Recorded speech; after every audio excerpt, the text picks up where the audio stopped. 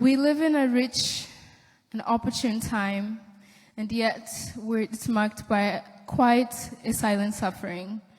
Though we have unprecedented access to technology, which allows us access to information and awareness, our inner lives are hurting more than ever.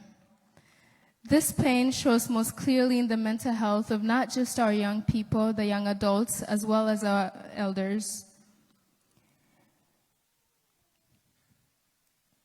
This pain oftentimes coincides with substance abuse, which is becoming not just a symptom, but an attempted remedy. Recent studies show that 1 in 4 Kenyans seeking outpatient care presents with a mental health condition.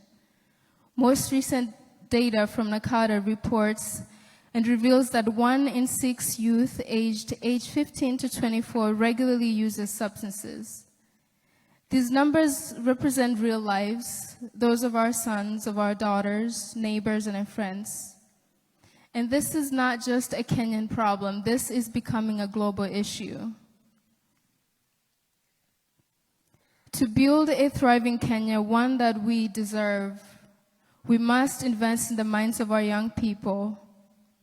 As one African proverb says, a child who is not embraced by the village will burn it down to feel its warmth. The young people suffer not only from social neglect, but from the emotional wounds that we too often fail to acknowledge.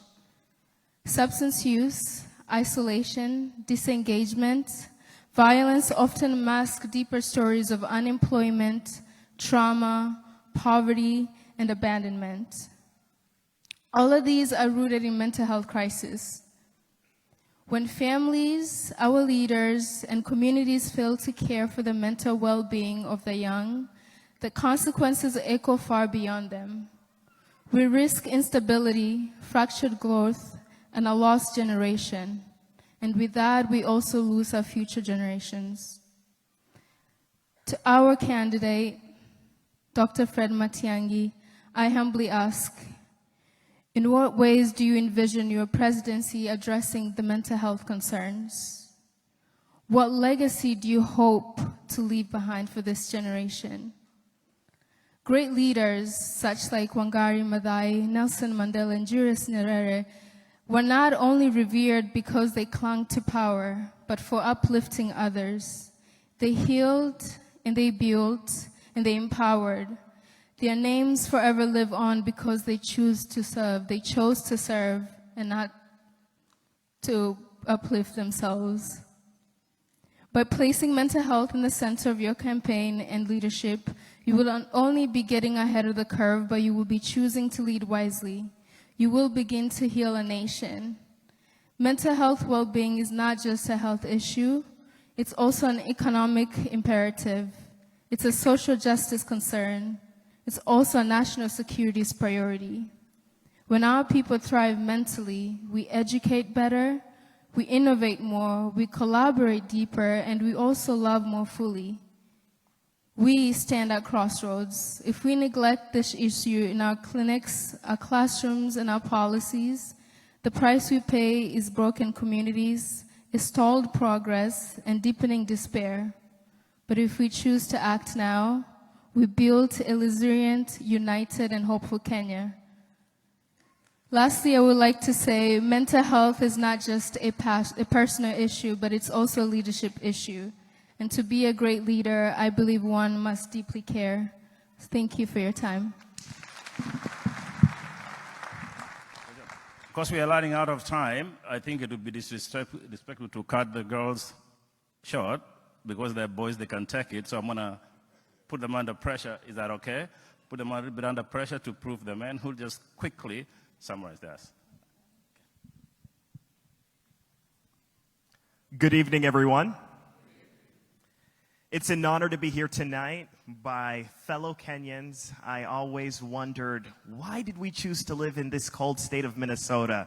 I know Dr. Fred has not experienced snow the way we have, but it is a wonderful time to be here. I'd like to introduce myself to all of you. My name is Collins Omweri.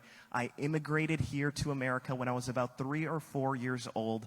My family came here with nothing but a dream and a passion to live the American dream. But the biggest challenge that I'm seeing in this room is we have been so caught up on this American dream that we are neglecting the resources, the knowledge, and the impact that we can bring back home in Kenya. Yes, we might be going out there and sending money back home, but there is much more that we are able to do. We have knowledge, we have experience.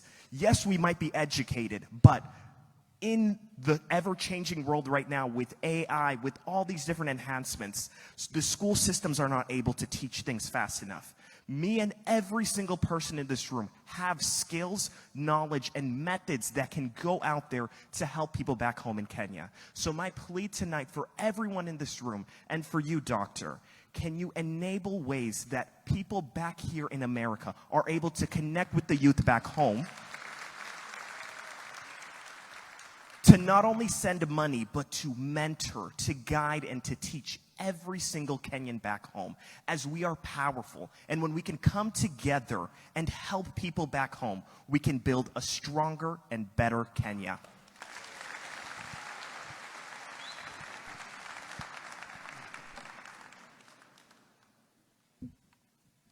Good evening, everybody.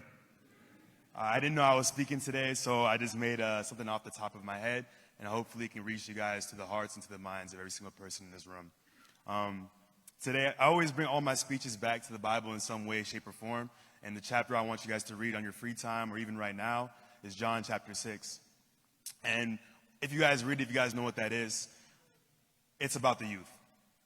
And the reason why I'm bringing that up is because I want the youth's voices to be heard. When we read that chapter, we see that there was a young boy who solved the problem of 5,000 people not being fed.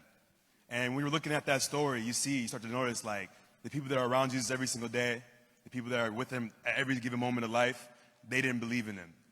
They didn't think that the solution could be solved.